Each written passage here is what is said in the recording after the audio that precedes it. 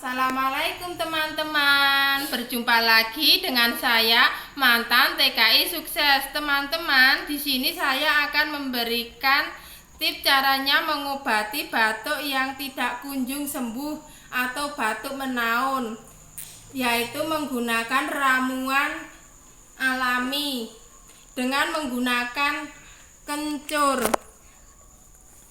Bagi teman-teman yang sakit batuk tidak sembuh-sembuh, saya sarankan untuk mengunyah kencur sebesar ibu jari seperti ini setiap hari. Sebelum dikunyah dibersihkan dulu, lalu dipotong kecil-kecil dan didoakan membaca sholawat serta Al-Fatihah 10 kali dan memohon kesembuhan kepada Allah.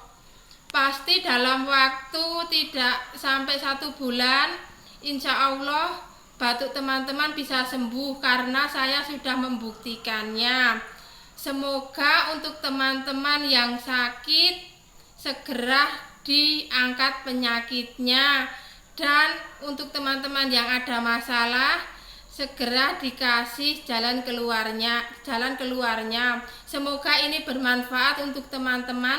Jangan lupa like dan subscribe, karena like dan subscribe itu gratis. Terima kasih. Akhir salam. Wassalamualaikum warahmatullahi wabarakatuh.